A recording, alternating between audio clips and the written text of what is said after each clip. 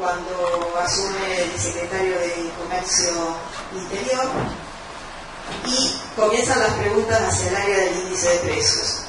¿Qué precios se tomaban? La primera gran pregunta que hizo historia fue que quería la muestra de negocios informantes del índice, y eso es claramente secreto estadístico. Las muestras de los que informan, sean precios, o en el caso de hogares, los hogares, quedan bajo la confidencialidad del dato para que eso sea solo con fines estadísticos. Bueno, la primera pregunta fue esa, la respuesta primera fue no, la ley indica que no se puede dar, y ahí fue el primer paso a las negativas hacia Moreno. Empezaron reuniones y atosigamiento llegó a ser diario, de pedir o cambiar el número o tomarlo de otra manera, etcétera, etcétera. En 2006 fue para el área y en mi persona un seguimiento y persecución bastante fuerte. Para no contar absolutamente todo, digo un ejemplo, un par de frases de Moreno que pintan un poco toda la gestión después. A la primera reunión de frente que tuve con Moreno, que fue con mi jefa en ese momento, fuimos a la oficina, éramos solo dos, puso música clásica, nos abrió la puerta, muy amable, hasta que empezó a los gritos. Pero dos cosas nos pidió: poner cero en todos los artículos del índice de precios, para gloriarse de que era secretario y que nosotros no éramos nadie, y amenazarnos con que, por lo menos a mí, que iba a entrevistar a cada uno de los encuestadores del índice de precios, esperarlos en la puerta de INDEC, como en la vieja época peronista, llevarlos a tomar un café de a uno y cambiar los formularios con los precios que él sostenía que debían ir. Esto estoy hablando de mayo de 2006, lo estamos hablando.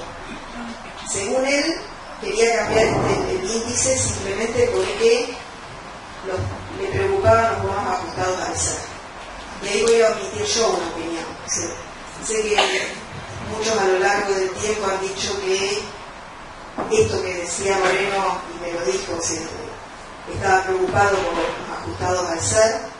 Para mí la preocupación era inflación y pobreza, porque venía un año electoral y este gobierno siempre se había vanagloriado de preocuparse por los sectores más vulnerables. La inflación era un mal número y la pobreza también, ¿sí? Y ahí vamos por todo, ¿sí? No se les ocurrió a la ligera la intervención del INDEC. Esa reunión fue en mayo, hubo muchas reuniones, muchos insultos y persecución. Termina con mi desplazamiento en enero del 2007, cuando supuestamente Felisa nos manda una asesora de ella, que era Beatriz Paglieri en ese momento, en realidad venía el nombre de Moreno, pero nosotros no sabíamos, con la cual compartí no mi oficina, que tenía mi oficina al lado, y fue luego mi reemplazo. El día de mi desplazamiento no fue Moreno el que me desplaza, sino mi jefa me dice a la mañana del lunes, cuando ya habíamos tenido varias discusiones con Paglieri por no cambiar el número de estimación, todavía no había terminado enero, que Kirchner quería mi cabeza, es decir, no era Moreno, no era otro funcionario, no era el director del INDEC, era Kirchner. Esa frase en ese momento me quedó, y es la que siempre repito, porque estas cosas pintan lo que está pasando, ¿sí?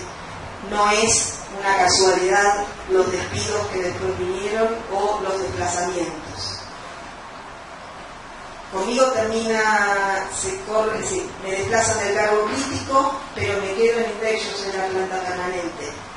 Aguanté hasta enero del 2009 que renuncié, porque la verdad es que terminé en la biblioteca del Ministerio de Economía, me sentaba todas las mañanas y lloraba frente a la computadora porque no sabía ni qué hacer, y decidí que con el 70% menos de mi salario de aquel enero de 2007 a diciembre del 2008, de sumarios administrativos que obviamente terminaron cuando aceptaron al último día hábil que podían mi renuncia, en 2009, y con 2 juicios penales en mi contra y 2 multas por publicar de 500.000 pesos cada una por publicar un índice alternativo.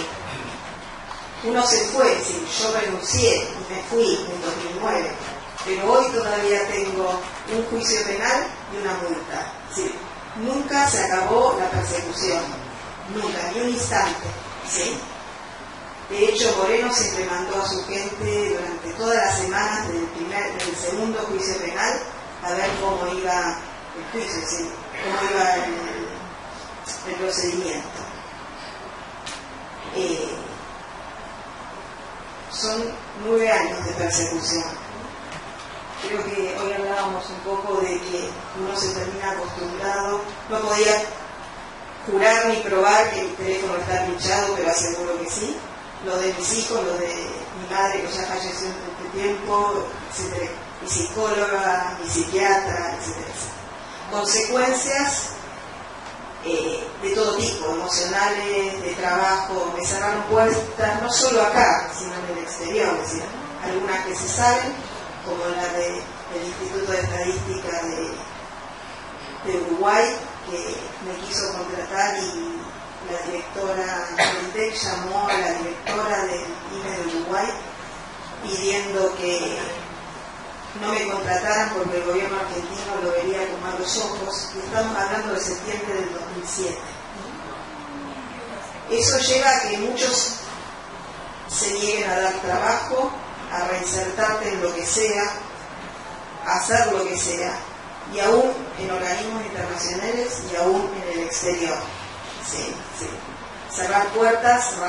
Este en un caso, lo del INE de Uruguay era fácil, es decir, siempre lo conté, fue un mail, pero después lo corroboró la directora del INE de Uruguay contándolo para varios diarios en Uruguay y para varios diarios aquí.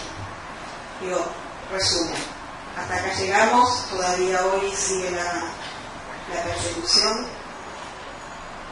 Dentro de lo bueno, nos logramos juntar todos los que tuvimos alguna vez o seguimos acosados, perseguidos y desplazados de distintas instituciones del Estado, porque cada uno pensó que le estaba pasando a uno. Si yo pensaba que me pasaba a mí, me miraba cero de INDEC, porque en INDEC la persecución hoy sigue y el maltrato hoy sigue. Lamentablemente mucha gente que quedó todavía atrapada en ese INDEC manipulado y intervenido, están sosteniendo sus trabajos desde ahí. No son tantos, pero son, como acá vamos a tener también ejemplos. ¿Cuál es el objetivo? Y después la dejo a Laura hablar. Es no solo juntarnos, sino hacer un camino para que esto nunca más ocurra. No importa la gestión que presida nuestro país, esto no debería ocurrir ni deberá ocurrir nunca más. Gracias.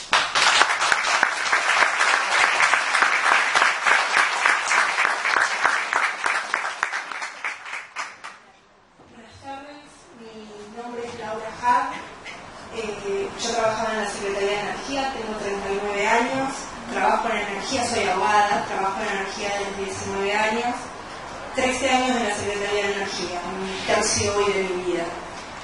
Entré en el año 2001, estaba trabajando en el sector privado y había un problema muy grande en cuanto a la regulación de gas natural, que era lo que yo me venía dedicando. Entro en una especie de contrato temporario hasta solucionar esos expedientes, con la idea de volver al sector privado. En diciembre cae el gobierno de la Rúa, la Secretaría de Energía quedó acéfala y algunos nos agarró una especie de acto de moralidad, nos dio no sé qué, cerrar las puertas de nuestra oficina, dejar los expedientes y volver a lo que estábamos haciendo, y decidimos renunciar al sector privado para quedar resguardando los papeles adentro del Estado. Ahí trabajé 13 años, como les digo, jamás tuve un problema, que nunca tuve problemas de presiones, problemas lo que vemos como aprietes. Tuve señales. Tengo a mi marido, que fue subsecretario de Combustibles 2 veces, durante el gobierno de la Rúa 1 y en la primera gestión de Kirchner en otra. En el año 2012, si ustedes recuerdan, se expropia YPF. Cristian en ese momento me plantea que alguien tenía que empezar a hablar y a decir lo que pasaba y que él iba a escribir. Obviamente somos dos personas independientes y él hace esto. Su primer artículo en los diarios, al día siguiente baja el que era secretario de Energía en ese momento, Carmen, a mi oficina, me dice: Cristian está escribiendo, era efectivamente cierto, estaba publicado en todos lados, y me están pidiendo que te eche. Le dije: mirá, no, o sea, Cristian escribe, el que tengo un problema con Cristian, que hable con él, de todos modos, o sea, si alguien me quiere echar, me plantea que me quede tranquila, que mientras él estuviera a cargo de ese sector no iba a haber problemas con el personal. De hecho, era lo que venía pasando, porque cada vez que mandaban algún acto para firmar y la estructura se oponía, el tema íntegro desaparecía de la Secretaría de Energía. Y fueron un par de años en donde cada vez que salía un artículo me lo hacían saber, pero yo seguí trabajando normalmente. En julio del año pasado le piden la renuncia a Carmen, ingresan nuevas autoridades a la Secretaría de Energía, gente de la cámpora, todos se nombran cargos que no había y entra mucha gente en puestos críticos, toda gente de la cámpora. Hubo choques, se puede decir, en lo que es el trato en el inicio, porque a veces para nosotros que éramos una estructura netamente técnica, en donde hasta uno tiene un vocabulario especial cuando habla con sus compañeros de trabajo, y de pronto te entran jefes continuamente que no entienden nada, no saben nada, o sea, tenés que explicar la diferencia entre un tipo de gas que va en una garrafa o en un caño o en un cepelín. Todo se volvía muy complejo porque era una relación difícil de llevar. Se me empieza, yo estaba a cargo de un equipo de personas, se me empieza a sacar las personas, se me empiezan a cortar los accesos a las distintas redes, y en el medio se daban dos temas de discusión de política energética nacional muy duros, que eran la nueva ley de hidrocarburos y un aumento en el gas natural que había sido anunciado como quita de subsidios, pero en verdad un aumento de tarifas. Cristian vuelve a escribir y sobre ambos temas, y empieza un hostigamiento que cuando uno lo vive, la verdad, no sabes percibirlo muy bien, ¿no? Es como que notás la gravedad el día que salís y te das cuenta o lo ves reflejado en tus compañeros que quedan adentro. Nos empiezan a cortar por las redes, nos sacan wifi, nos cortan internet, nos cortan las redes del teléfono. Supongo que eran todas, digamos, cuestiones que uno no sabía leer, pero que estaban buscando era que me fuera y no me iba. Hasta que llega un día que el aire acondicionado, no todo, sí, se corta todo. Y te dejan sin trabajo, porque ahora no solo te cortan todo, sino, o sea, llegás a no tener acceso al mundo exterior, porque dentro de los edificios públicos la única manera de comunicarte, no hay señal de celular, por ejemplo en la Secretaría de Energía, entonces tu único modo de comunicarte con el exterior es con tu mail, con tu wifi, con tu teléfono. Si te cortan estás solito sentado en una oficina, te retiran los expedientes, te desarman los expedientes. Nosotros con mi equipo de trabajo llegamos en dos ocasiones a armar casi 500 expedientes que nos llevaban, nos desarmaban y nos daban desarmados para que los volvamos a armar. Y la verdad es que lo hicimos. Hasta que un día me llama el subsecretario actual y me dice: te tenés que ir de la Secretaría de Energía. Le pregunto los motivos, me dice que era una instrucción de la gestión, que los desconoce. Le pregunto cuándo, me dice en este momento. Le pregunto quién daba la instrucción y me dijo, te dije que en la gestión no te puedo decir quién. Hacía 2 días antes, o 3 días antes, yo había tenido unas fuertes discusiones en esa misma oficina, en donde estaba el subsecretario, la subinterventora de Lenargas, que también es de la Cámpora, y una persona que en ese momento era subsecretaria de Finanzas, que también era de la Cámpora, que me habían pedido que firmen, eran 3 informes, que no sé quién los escribió, que eran sobre temas de fideicomisos y cargos, que los leí, la verdad eran terriblemente ilegales. Cuando yo planteé que no los iba a firmar, lo primero que dije era que eran ilegales y que yo lo que yo firmaba me lo escribía yo, que no me lo escribían otras personas. Me plantearon en ese momento diciendo estás en el proyecto o no estás en este proyecto. La verdad, sí, yo...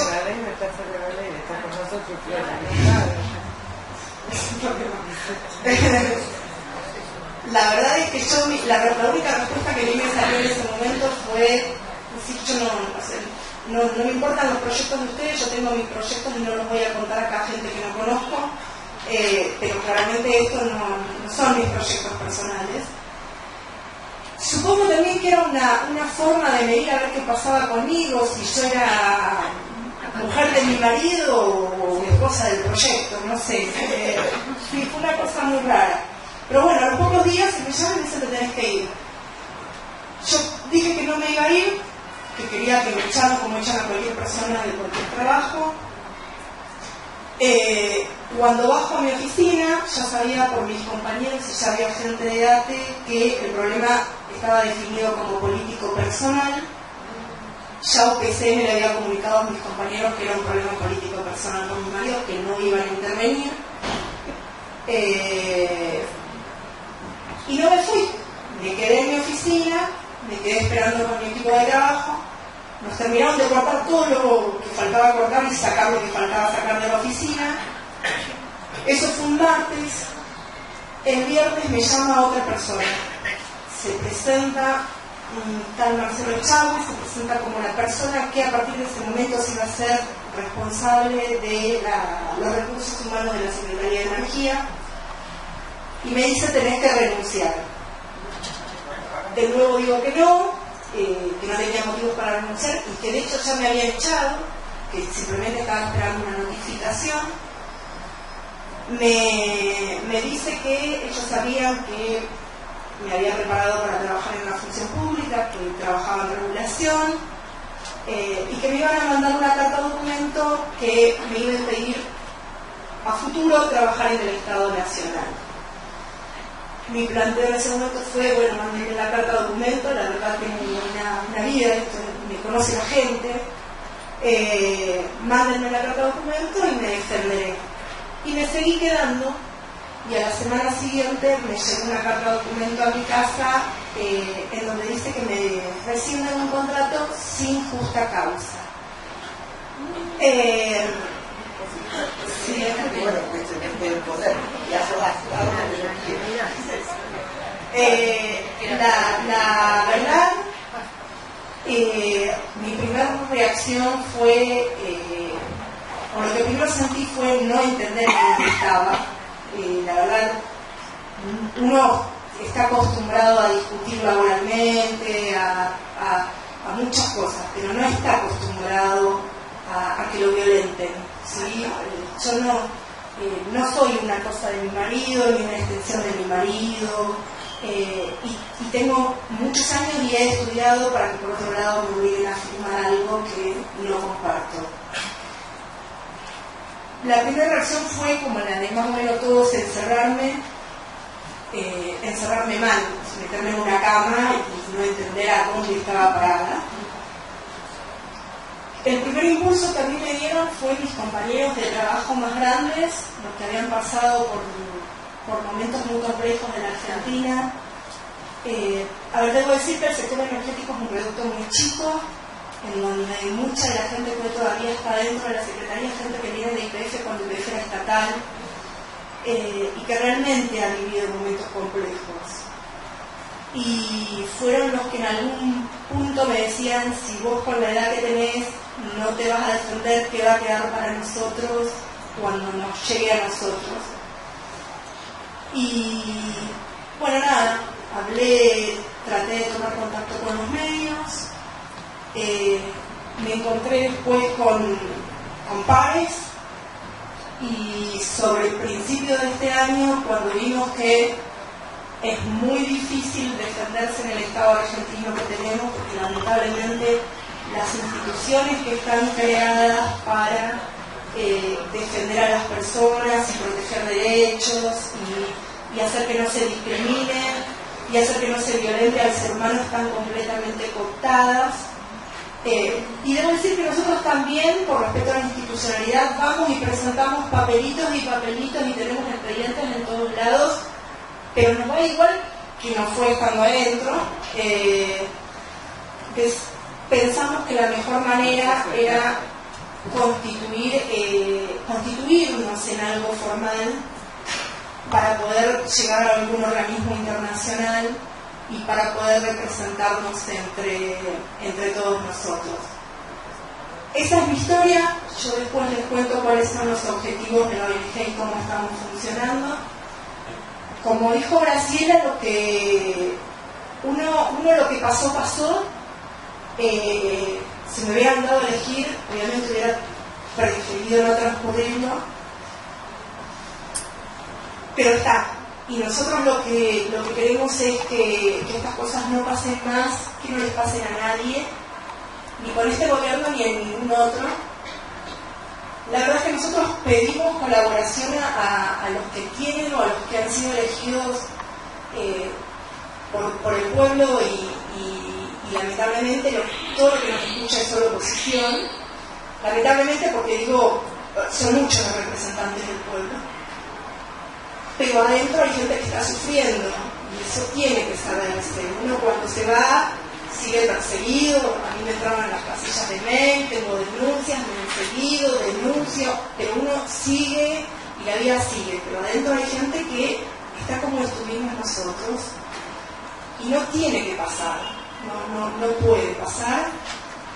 Y esa es la ayuda que nosotros le pedimos a todos para reparar el daño que se hizo para evitar que esto siga pasando. Los dejo con Luis, que debe estar ahí.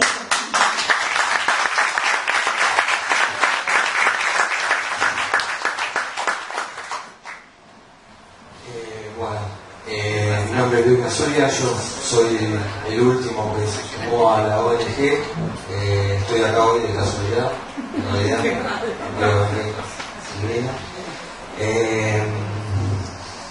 bueno, yo hago periodismo, algunos tal vez me conozcan por ese lado. En el 2008, antes del 2008 yo trabajé durante 9 años en una universidad privada atendiendo al público, después jefe de alumnos, fui subiendo escalones. Soy egresado de comunicación de la UBA, en ese momento trabajaba en algunos medios barriales, de hecho en una revista barrial que escribía. El director de esa revista ingresa en el 2008, en diciembre del 2007 en realidad, a Canal 7. 6 meses después de que entra en Canal 7, casi de casualidad me dice: renuncia a tu trabajo, venite a trabajar conmigo al canal en la gerencia de institucionales y prensa. Él había ingresado por ser dirigente o militante radical, era la época de la Concertación, militaba con Cobos, yo no militaba políticamente con nadie, la verdad. La transversalidad. Exacto. Y bueno, renuncié a mi trabajo, cometí el error de renunciar a mi trabajo, ingresé a Canal 7, lo que iba a ser entrar en prensa terminó siendo ingresar en la biblioteca del canal, una biblioteca que la habían cerrado durante la época del menemismo, había 20.000 libros abandonados y empecé el trabajo de inventariar a los libros. A los 20 días es la famosa resolución 125, toda la gente de Gustavo López, la Concobos, se van a otros organismos, dejan el canal y a mí me mandan el telegrama de despido. Yo en ese momento hablé con el nuevo director, con Tristan Bauer, que acababa de asumir, y la verdad que ahí la persona, Tristan Bauer, si no lo conocen, es un director cercano al kirchnerismo, un director de cine, ¿no? El autor de Iluminados por el Fuego, y en ese momento la verdad que me escuchó, me dijo: seguí en tu trabajo, te vamos a pasar a planta permanente. Y bueno, así fue. Pasó el tiempo, yo mientras tanto hacía radio, y en el 2010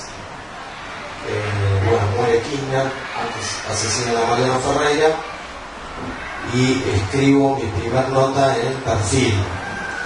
En ese momento me quisieron echar por primera vez. Esa nota se llamó "La herencia más nefasta que dejará el kirchnerismo será el odio". ¿Por qué la había escrito? Porque bueno, yo estaba en una radio y cuando matan a Mariano Ferreira, el público la verdad que era bastante... estaba Hernández, estaba en la radio con nosotros.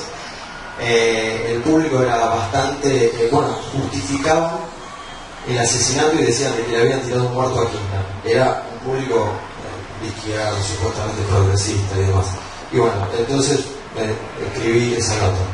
Ahí ya empecé a tener algunos problemas que se fueron agudizando a medida que yo empecé a tener más relevancia periodística fuera del canal.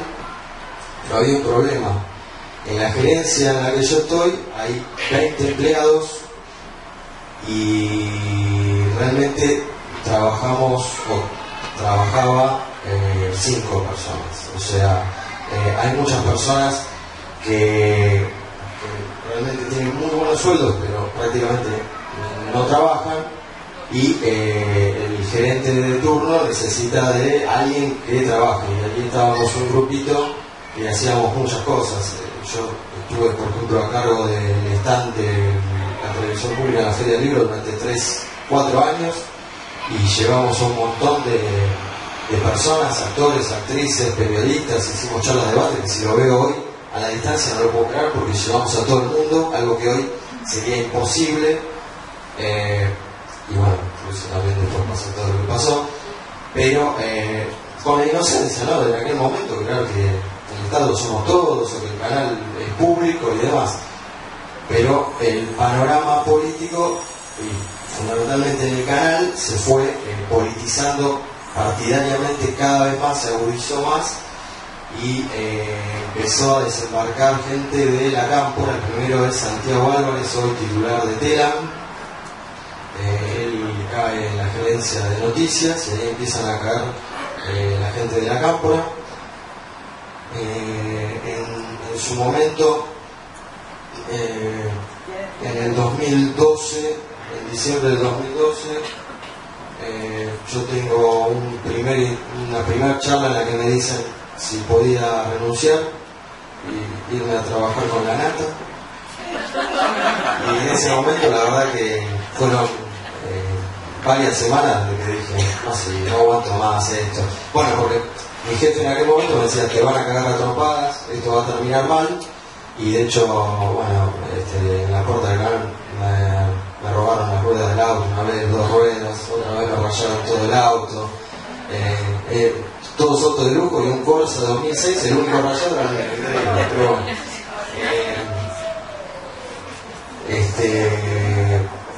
gente que te insultaba anónimamente en las redes sociales del canal con cosas como lo vi en la suya haciendo una visita guiada hablando de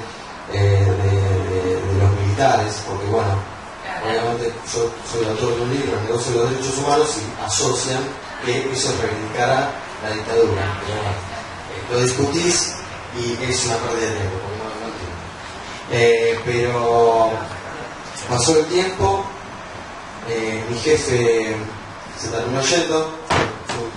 Me acuerdo que en el medio se organizaban bastantes recitales, jefe es Bauer o otro? No, Olivieri. Era una persona que era el prensa de Daniel Filmus cuando estaba como ministro de Educación. Bueno, empiezan a organizar recitales dentro del canal. Yo organicé el primero, que le costó al canal 0 pesos. Ahí me di cuenta que el negocio es organizar y que salga mucha plata. El artista, por ejemplo, un artista que llevaba a otra persona, que era, bueno, hace poco fue conocida Miss Bolivia, porque se enojó porque le usaron su tema el PRO, creo. Bueno, cobró mucha plata. Yo en ese momento, a la persona que organizaba, a mi jefe le dije, escúchame, Roberto, vos me decís que tengo que estar acá para controlar de que no haga negocios fulanita de tal. ¿Y qué pasa? Bueno, se terminó quedando con el que hacía negocios, obviamente. Se empezaron a hacer cada vez más recitales, más plata. Y yo tenía confianza en aquel momento con mi jefe y me decía, sí, esto viene abrochado de arriba, mejor quédate tranquilo, te saco de acá. Bueno, me fueron sacando de todos lados, terminé haciendo las visitas guiadas con los chicos. ¿Por qué? Porque en la gerencia se hacen visitas guiadas 2 veces por día, todos los días, colegios secundarios, primarios, universitarios. Hace 2 años o 3 años empezaron un programa, el del Bahiano, que traen adolescentes una gira. Se les hacía antes una visita, pero los colegios eran elegidos por el Ministerio de Educación, que los elegía previamente alguien del Ministerio, y venían con alguien de la CAMP o de algún organismo que bajaba niños. Yo daba la charla de la historia del canal, y después eran 20 minutos de gritos prácticamente insultando las mentiras de la nata, no tenía nada que ver. Entonces hice 3 y en la tercera exploté. Le dije, la verdad que lo que está diciendo el profesor de ustedes es mentira. Acá pasa esto. Fui y le dije al gerente, escúchame, yo grabo esto que está pasando y me hago una fiesta en el perfil, así que no hagan más estas visitas. Bueno, las visitas se terminaron suspendiendo, las de una tarde cualquiera, porque bueno, yo dije que era escandaloso y que lo iba a publicar. Bueno, asume mi jefe, lo sacan, la cámpora copa más gerencias, asume en el lugar de él un sobrino de la diputada nacional Adela Segarra. ¿Se acuerdan que una vez salió al aire con los Cobardi y no supo de quién era Chicone? Adela Segarra, bueno, estuvo en pareja con Montoto, los dos eran mi jefe actual, hicimos desaparecidos. La verdad que al principio tuve varios encontrazos, hoy no siento bronca por él ni nada. Me parece que está confundido en su forma de pensar al creer que ellos son los dueños del canal y manejarse con una soberbia increíble. Pero el primer encuentro con él, una reunión con toda la gente, él delante de todos dijo que él no iba a discriminar a nadie, menos a Gasulla.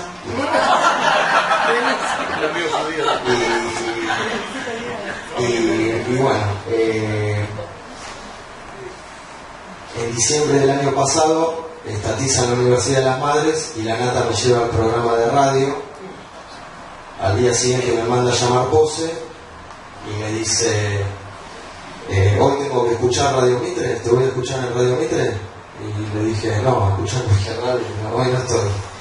Y me dice, ¿por qué no te vas de una vez? Porque yo no puedo tener a cómplices de la dictadura ni a integrantes de los servicios de inteligencia. Bueno, el tiempo dirá que los servicios de inteligencia le ocupó la cámara, pero bueno. Yo le dije, mirá, todas las semanas tomo un café y hablo muy seguido con ella Esper, que es una madre de Plaza de Mayo, igual que fue o es tu mamá. La diferencia es que no se quedó con un peso de nadie, pero bueno, también fue una víctima de aquellos años. Y me dice, bueno, no importa, yo la verdad que quiero que renuncies, el año que viene no te quiero acá. Yo le dije, yo no voy a renunciar. después sabés lo que tenés que hacer. Y me dice, no, porque vos no te parece que no es ético que vos hables mal de nosotros, del gobierno, estando en nuestro canal. Y yo le digo, ¿qué diferencia hay entre lo que hago yo y Quique Mayorens? Quique Mayorens es un subgerente del canal que gana 50.000 pesos, que no tiene secretaria, que no tiene funciones, que tal vez algunos lo conozcan porque es el autor o uno de los autores del Extraño del pelo largo. Es un peronista que todo el tiempo en Twitter me insulta, está obsesionado, pero cara a cara no se anima a decir nada. Y le digo, él escribe en Tiempo Argentino, tiene un programa en CN23, le pide al canal que pauten en su programa. ¿Y cuál es la diferencia? O sea, yo puedo manejar un taxi, puedo dedicarme a la prostitución, por ejemplo, pero no puedo hacer lo que yo estudié. ¿Por qué? Porque dentro del canal dedicarme a lo que yo estudié es imposible. Yo me presenté en todos los concursos habidos y por haber, y en todos no llego al escrito, no paso el oral. ¿Por qué? Porque siempre me califican que cumplo horarios, cumplo tareas, obedezco órdenes, pero estoy mal catalogado. Por lo tanto, me califican con un 6 cuando hay que pasar con un 7. Tengo un título universitario y gana uno que tiene título secundario. Hoy me anoté en otro. Me anoté en otro porque estaba arreglado para que no quede nadie. ¿Por qué? Porque ahora, antes de octubre, van a empezar a tomar gente de afuera. Entonces hacen concursos arreglados para que no se anote nadie. Así, porque por la ley de medios tiene que haber primero un concurso interno, y si no hay nadie para esa función, se abre el concurso externo. Y ahí entra la persona de afuera. No es tan sencillo. En el canal no es tan sencillo meter gente. No pasa con otros órganos. No pudieron ingresar con mucha gente. Bueno, la conversación terminó mal. Los otros 2 guías de visitas guiadas en un momento se enfermaron, entonces todas las guías las hacía yo, y entonces en ese momento el militante de la cámpora se vio obligado a volver a sentarse a charlar conmigo y pedirme por favor que no se hunda el barco, dame una mano con esto, Luisito. Empezamos a tener que hablar, porque yo decía, ¿vos te das cuenta que todos los militantes nacionales y populares no son capaces de levantarse de su silla para atender a un grupo de pibes, y vos tenés que depender de alguien de la oposición? ¿No te parece contradictorio? Me decía, sí, ¿qué querés? Pero bueno, la gente de este canal son todos ñoquis. O sea, ¿por qué? Porque la gente de la cámpora cree que el empleado público es una porquería. Hay cosas que tienen razón, lamentablemente, pero hay cosas que no, porque si vos no motivás a la gente o no los incentivás, y la verdad que te va mejor sin hacer nada que proponiendo, haciendo. Yo me cansé de hacer propuestas, de intentar charlas, debates. De hecho, algunas las hicimos y después las respuestas eran tan ridículas. Era, por ejemplo, googlear o investigar si tal banda de rock simpatiza con el proyecto. Así no se puede trabajar, no hay nada, no se puede hacer nada, porque existe entonces la autocensura. No propongo más nada, no se puede hacer nada. Y bueno, así llegamos ¿Qué es el proyecto? El proyecto es el Proyecto Nacional y Popular, eso lo llaman. Repiten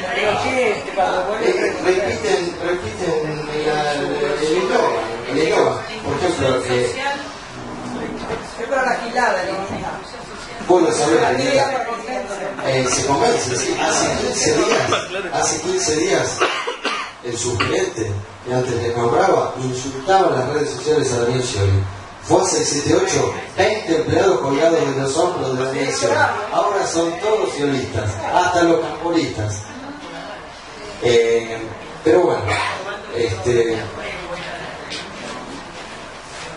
yo además de los problemas, bueno, obviamente todo el tema de los concursos, presenté cartas con abogados, hice los escritos correspondientes, y así conocí a Silvina Martínez y me invitó a sumarme a la ONG hace un mes atrás, y bueno, acá estoy. Gracias.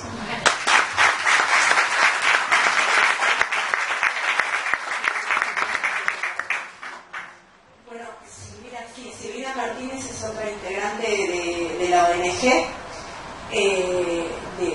una miembro fundadora también, la deben de conocer, viene de la IGJ y es la testigo del caso Oldesurichi. Hoy iba a venir ella, pero la verdad se nos enfermó, así que nos quedamos con Silvina, pero bueno, seguramente en otra oportunidad va a venir. Bueno, esto que ven acá somos nosotros medianamente recuperados. Hemos aprendido a reírnos, a divertirnos y a tratar de pasar esto de la mejor manera, o sin volver a tener miedo, o sin volver a enfermarse quien se enfermaba, o de algún modo dejar de lado el sufrimiento que tanto nos agobiaba.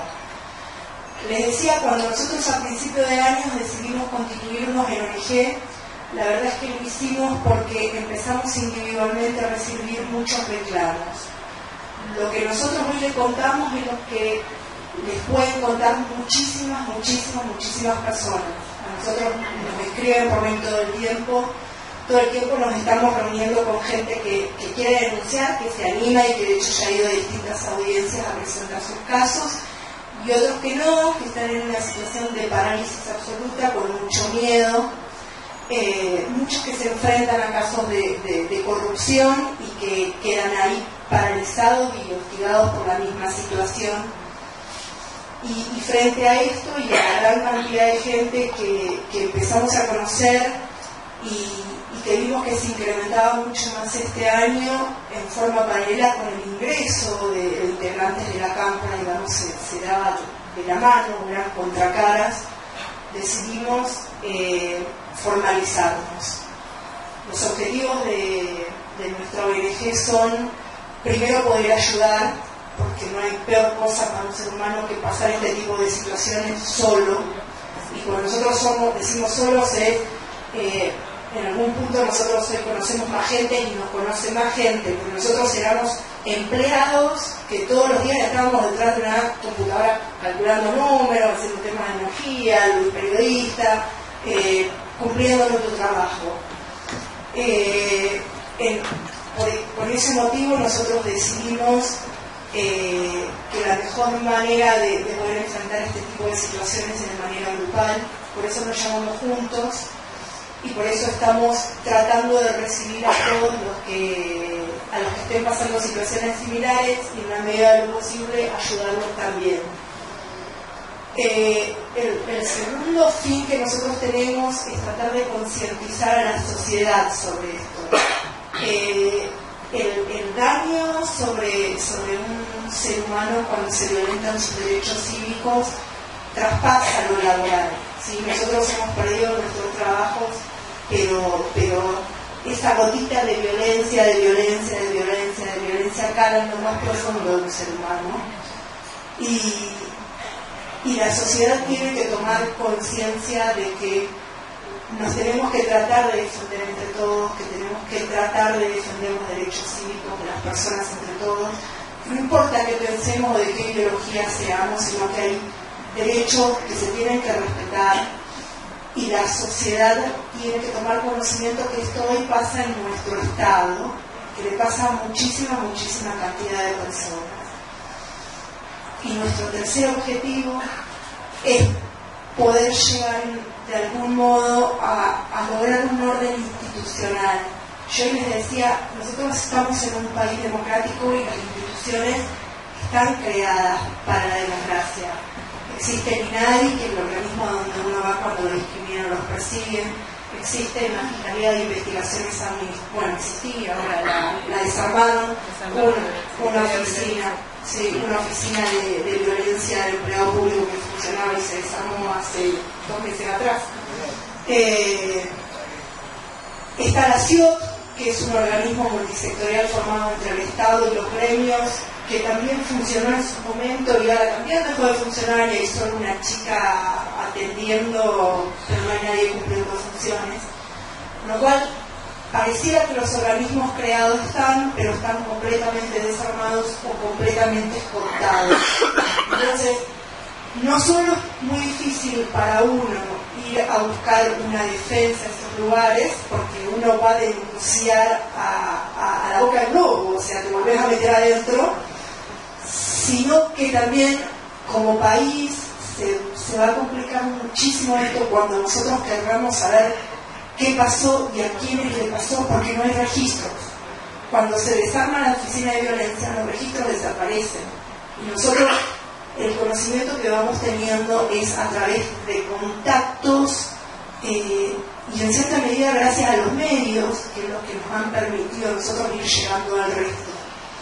Por eso para nosotros es muy importante el orden institucional. Es muy importante que el Congreso pueda rever si estas son las instituciones que son válidas para una democracia. Y si las leyes que nosotros tenemos no pueden ser en algún punto mejoradas.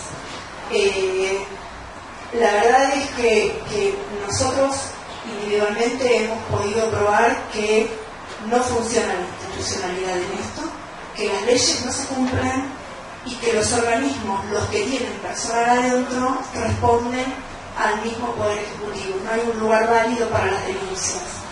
Si uno se mueve para el ámbito judicial, es pedirle a Dios que no toque a alguien de justicia. Y es depender del juez que te toca o del fiscal que te toca de nuevo.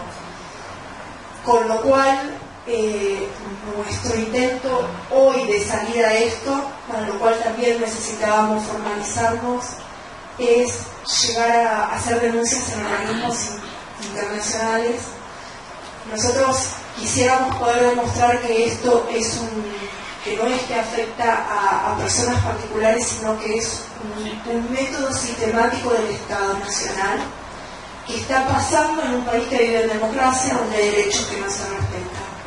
Pero como les decía, nuestros pilares están en poder ayudar, poder concientizar al resto de que esto no tiene que pasar más y poder, mientras tanto, digamos, buscar ayuda internacionalmente, pero lograr un sustento institucional fuerte que sirva y que se respete, no importando quién esté en el gobierno, que no haya una confusión entre gobierno, Estado, militancia, que hay instituciones que tienen que ser instituciones y respetarse siempre.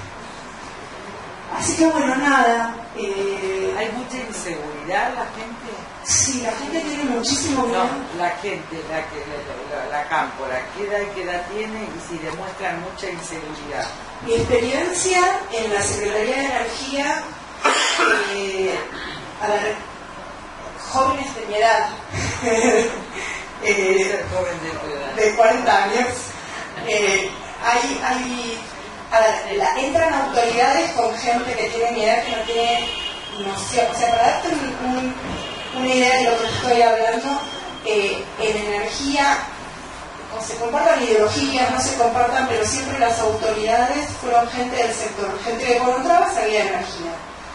Este último subsecretario de Energía, y que no se entienda porque es que tengo algo contra los sociólogos, pero es un sociólogo que su paso anterior en energía fue en ENARSA y que está ahí porque es amigo de Kicillof. No es alguien del sector, no entiende de energía, está aprendiendo. La verdad es que mi experiencia anterior fue, yo también aprendí, pero aprendíamos de abajo, no de arriba para abajo.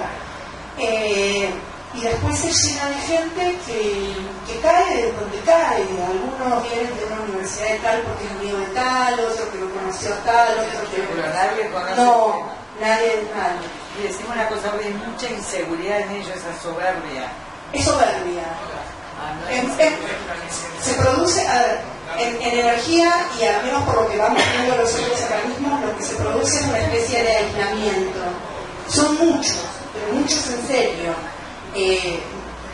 Muchos que, por ejemplo, en la Secretaría de Energía optaron la sala de reuniones más grandes, se citaron un montón de gente con notebook, desarmaban expedientes y anotaban y no tomaban contacto con la estructura durante muchísimo tiempo. Se aíslan, funcionan con alguno como comunicador, pero no no funciona como una estructura normal. Las autoridades no hablan con la gente. Como una especie de policía secreta. Sí. Igual que en la Cámara. Sí. Paraestatales. Pero en la Cámara funcionan igual, no como el resto del bloque. Funcionan como una especie de policía secreta. Se sientan y controlan a los demás diputados de su bloque. Operan y se aíslan, ¿me siguen? Y controlan, se sientan así como si fueran policías secretos. Bueno, El que no logra ese lugar, me parece que el más sano de todo es Caballero. Pero Guado de Pedro, La Roque, todo ese grupo y las chicas más jóvenes como estas son como especies de policías secretos. Se aíslan del resto, miran, controlan, anotan a lo de su propio bloque. Miran con quién hablan de su bloque, buscan traidores en su grupo. Bueno, adentro de la Secretaría les dicen el Club de los Cuadernos, que nosotros, adentro de la Secretaría, siempre decían el Club de los Cuadernos, porque todos hablan con unas libretitas muy chiquitas, pero que viene alguien a preguntarte algo y hay 3 anotadores tomando nota que se pasan revista. Claro, pero aparte todos anotan lo mismo y se ve que paralelamente por dudas que nadie se le escape nada. Y nadie sabe lo que anota. Hay muchas preguntas, yo voy. Sí. Una cosa, de anotadores hemos encontrado en todas las instituciones que han, es decir, anotadores de cualquier cosa, desde que con quién se junta, con quién llama en el pasillo, solo para eso hay funciones y en varios organismos del Estado. Y cuento cómo está el INDEC, que no es con la Cámpora, aunque hay algunos ingresantes de la Cámpora con el último tramo, pero el INDEC a diciembre del 2006 eran unos 1.200 personas, 700 contratados, se fueron 500, confirmos, y hoy al año pasado tenían 1.500 personas más. Obviamente 2.000 no entran en el edificio, aunque tiene varios edificios aledaños. Y el problema de INDEC es que no solo tiene manipulación de los indicadores, sino que tiene gente no idónea para cualquiera de los puestos que está ocupando. No hablo del director. Eso es bueno. Genial. Eso es bueno para lo que viene. ¿Pregunta ya? Sí. A mí me pasó algo parecido con Graciela, que tuvimos contacto vía mail, porque yo trabajé en el Ministerio de Economía, en la Universidad Económica. Hola. Fernando Curri, con María Luisa hablaba yo, que era tu secretaria. Lo que me pasó a mí, yo trabajé desde el 95 al 99 y después del 2003 al 2013. Yo trabajaba en la parte de análisis de desempleo y pobreza y estaba en la ley marco, que es una ley que vos tenés aportes y vacaciones, pero no tenés estabilidad. Año a año te lo van renovando. Después pasé a un proyecto del Mercosur, porque me habían prometido un ascenso, una letra más. En realidad la letra me dieron, pero me descontaron la antigüedad, porque en la práctica no fue un ascenso, y cambia la gestión y sube Kicillof. Entonces ahí el proyecto se termina y como que lo fueron dejando de lado. Lo que vos decías, fueron copando, uno tenía una oficina, ya la oficina era compartida, más y terminamos en una visita con 3 compartiendo escritorio. Cortázar. Sí. Y después, cuando llegó el fin de la ley marco, en el mes de diciembre, me dice, bueno, se fue, terminó. El que es secretario de Política Económica ahora entró como pasante donde yo trabajaba, en la Dirección de Programación Económica. Así que lo fui a ver porque tenía contacto. Y me dijo, y bueno, pero vos sabés. Y yo lo único que hacía era, en el subte leía el diario, y llegaba y mostraba el diario. Veías claro. Cambió la forma ponían, en los escritorios ponían volantes políticos, yo no ponía. Antes, cada uno opinaba quién votaba. Bueno, yo decía quién votaba porque calculaba que entre personas comunes decía quién votar es una... Pero si decía que me votaba a mí, Acá está. Echaste mucha gente, cambió del... Había, el señor quería tirar un comentario, una pregunta del señor y otra acá y otra allá. Ya lo voy bien. Sí, señor. Ah.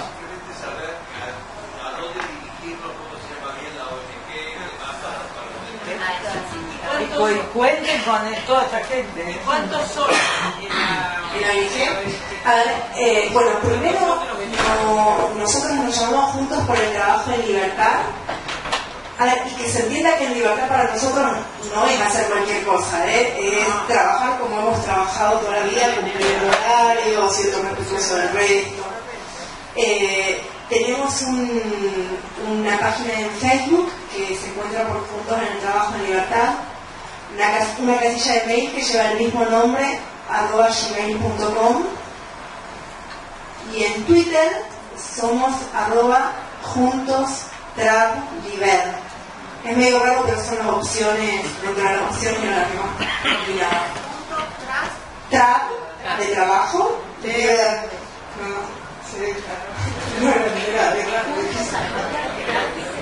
la casilla de mail es juntos por el trabajo en libertad @gmail.com. Por un trabajo, por el trabajo.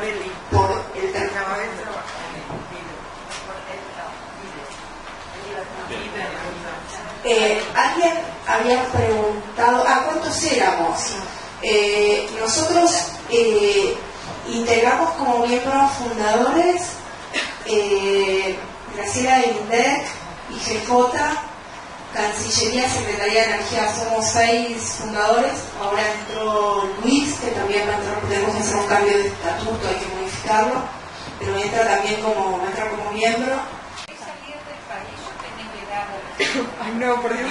No, he tenido mucho miedo. No es algo creo que...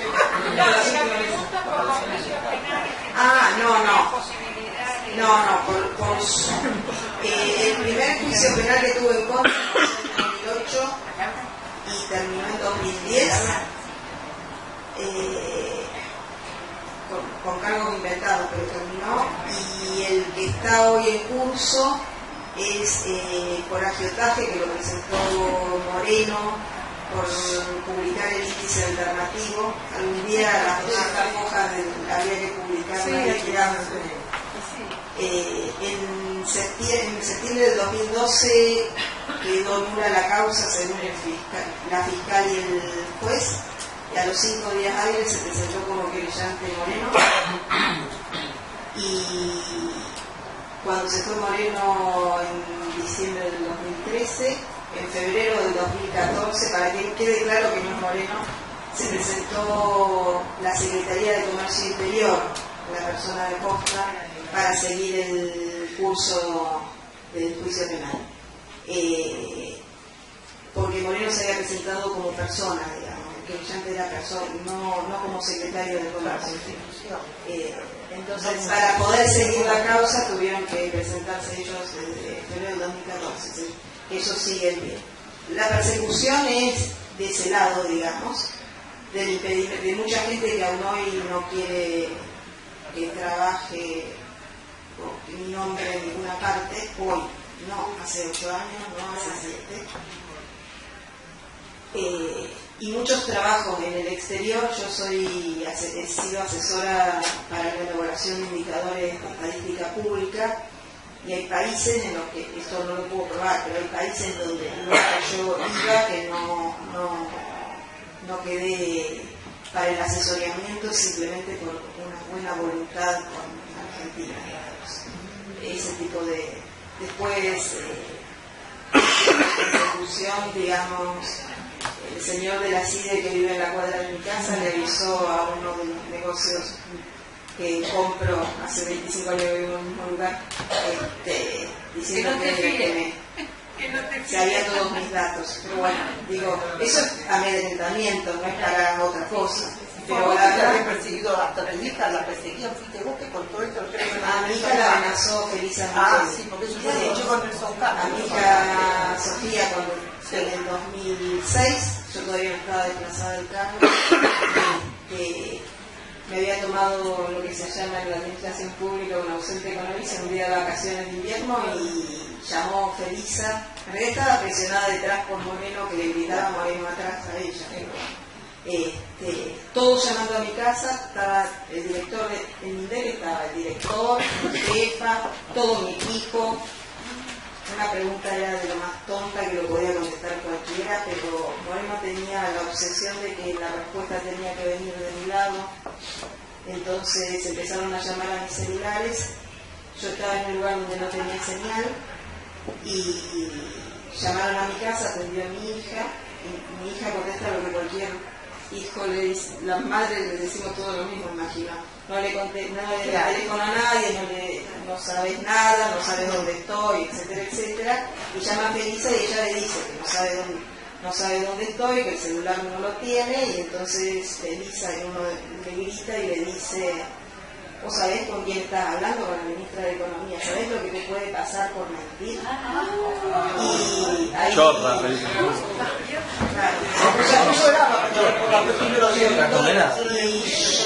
y Sofía tenía 13, así que no entendía todavía ni la situación por la que estábamos pasando, ni esto, y bueno, fue... Hay varias historias, pero bueno, son 8 años muy largos. Ahí el señor quería hacer un comentario.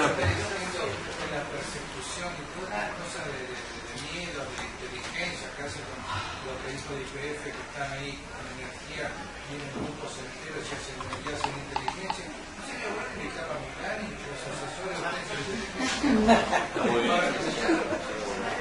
Ahí una pregunta allá atrás. Usted, señora.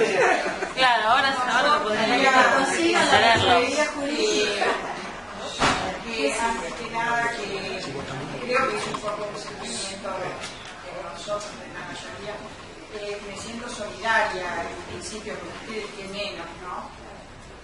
Y se me ocurre el tema de la figura de bullying.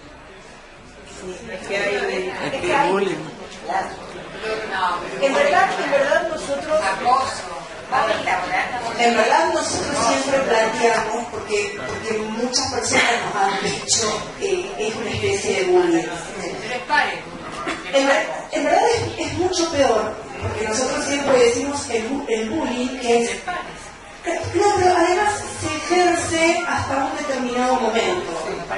Supongamos un chico en un colegio, el chico se va a otro colegio y terminó.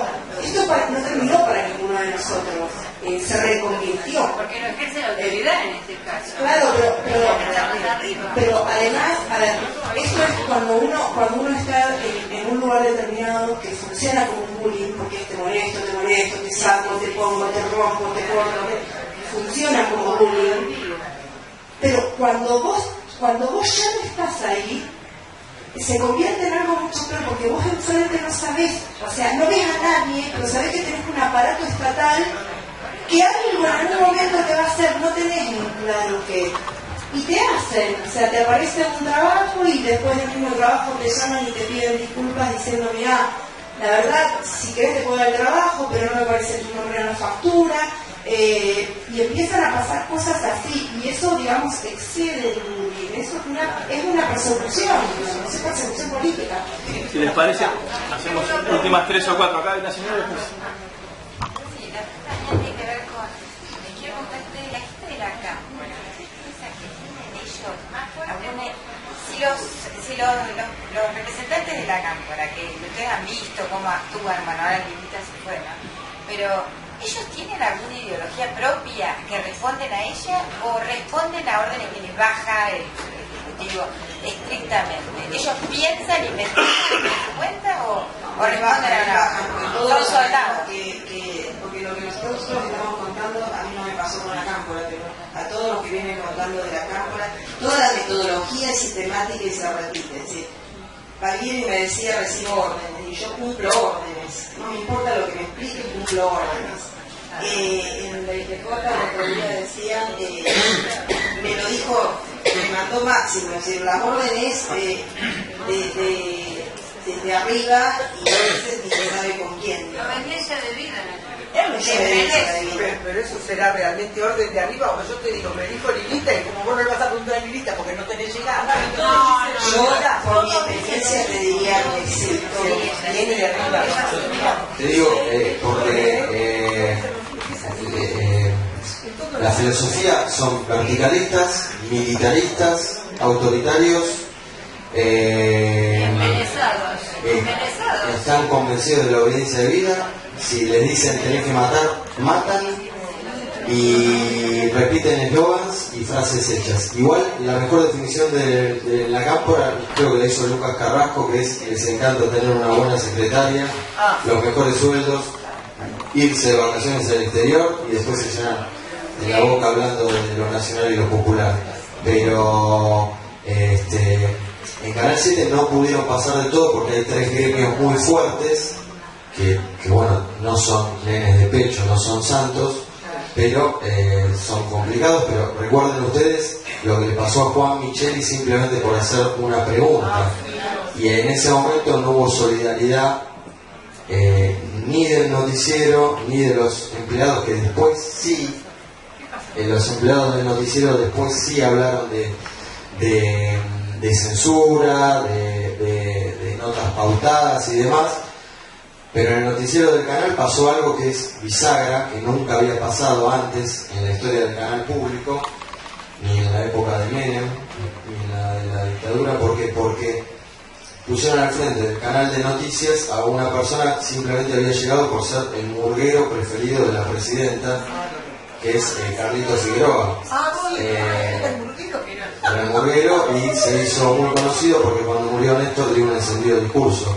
Eso marcó un antes y un después que todos te lo reconocen, porque el gerente de operaciones tiene que saber de operaciones, el gerente de técnica sabe de técnica. En el de noticias llegó un tipo simplemente por su militancia, que hoy es el que está al frente de la campaña de Recalde, que muy bien no le está yendo, no le está yendo muy bien, y en sus ratos libres es gerente de noticias del canal. El número 2 de él es un apretador de mujeres, es un tipo que realmente lo han denunciado por acosador. Está el canal empapelado de Uche de la CIDE, acosador, y el tipo va orgulloso de eso. ¿Por qué lo denunciaron? Porque él cometió el error de a un periodista de un blog que no es muy conocido, pero entre el periodismo se conoce, que es Notero de a pie, mantuvo una conversación y le decía: yo los tengo que echar a todos estos ñoquis, vos tenés que estar de mi lado, porque acá está un gremio muy fuerte de UTBA que tiene muchos beneficios, lo cual es cierto. Pero ¿qué hizo el periodista? Publicó en una nota todo el off. Al día siguiente lo quería matar, al subgerente lo quería matar, fue la patota del auto y lo quería prender fuego. Él sigue estando, porque bueno, es de la cámpora, pero ¿Cómo se llama? Víctor Tarico. Hay 2 Taricos, hay otro que estuvo en la Radio de las Madres, estuvo en Canal 9. Bueno, para concluir, últimas 2 preguntas, si les parecen. Una señora y otra ahí, y terminamos así. Primero, que sabemos todos que no hay defensor del pueblo de la nación. El INADI no tiene acción, porque yo he pasado situaciones como ustedes en la ciudad. El INADI no tiene acción de policía. Nos ocurrió con Espatavento en el hospital Argerich, y no se pudo tomar medidas. Y si tenían denuncias de la ciudad de Buenos Aires. Si quieren hacer la pregunta. No, la pregunta que quería hacerles es: Cancillería está totalmente copada, Cancillería también por la Cámara. Sí. ¿Cómo es la situación en Cancillería en este momento? Entonces, responden estas 2 preguntas y si quieren palabras finales de algo que no haya querido decir, no han podido.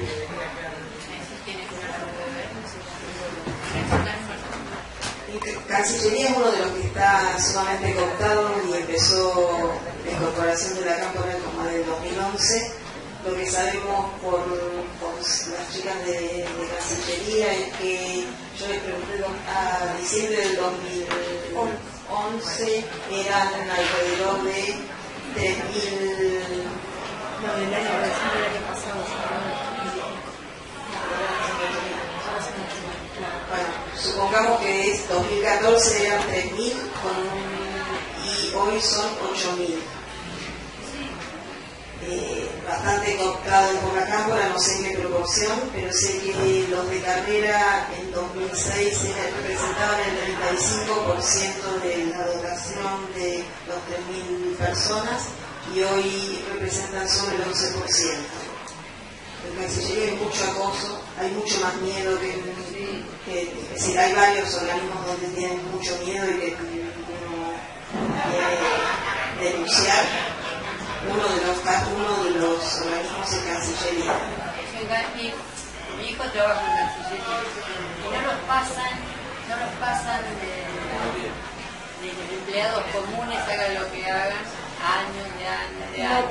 Pero lo que me está diciendo, lo que me decía hoy cuando yo le mostraba la foto de ayer que estuvimos con Espechequil y todo, me decía que les hacen hacer la carrera, que es una pavada, digamos que, o sea, la infiltración no es solamente a nivel común, a nivel de empleados de abajo, sino que también les hacen hacer la carrera, que vaya a saber cómo la prueban. Entonces ya es difícil de sacar eso. No olviden lo de la pregunta de la zona también, que había quedado pendiente su pregunta. En la ciudad. Fuera que estuvieran con el grupo así, si tenían gente de acoso, porque sí, lo hemos vivido nosotros en casa, pero sí hay. Y no hay respuesta, especialmente no hay respuesta la asociación de la legislatura de la ciudad. La legislatura se borra totalmente. Los legisladores no existen. De todos los las comisiones tampoco, cuando uno hace la conducción. Yo he perdido hasta propiedades por culpa de ellos, de todos. Y la procuración hoy es un antro de gente de la ciudad de Buenos Aires. No lo hacemos más público, en mi caso y en mi casa, primero porque en mi partido aprecio totalmente a Lilita, hace años que participo como militante del partido, no quiero echar más leña al fuego, en un momento que tenemos que decidir sobre alguien que es como un monstruo que quiere aplastarnos a todos a nivel nación, y hay que totalmente erradicar esa maldad, esa porquería de proyecto, nada tampoco, como lo llama, y hay que ponerlo. Pero la ciudad también está muy, muy atenta. Solo lo que les pasamos, ustedes, yo, todos, sí, nosotros en la asociación estamos cubriendo todos los ámbitos nacional, provincial y municipal. Los más terribles son en provincias porque tienen menos posibilidades de defenderse, aunque sea en forma grupal, porque en los pueblos más pequeños es como mucho más complicado. De esto diría que la asociación cubre, no importa si es ciudad o intendencia o lo que fuere, todos los estados. La idea es que esto no se repita porque en esta gestión ha sido una metodología más que, si preguntaban de Cancillería, pero si entramos a cualquiera de los organismos tenemos personal técnico reemplazado por personal no idóneo, y esta de persecución eligiendo a uno o a varios como ejemplificador de castigo para que los demás no se animen, y esto de quitarle la computadora, la red, ponerlo de espaldas a la puerta, ocurre en todos los organismos, no es una cuestión que nos pasó a cada uno, sino que a algunos todavía lo toleran porque no se animan a salir, ¿sí?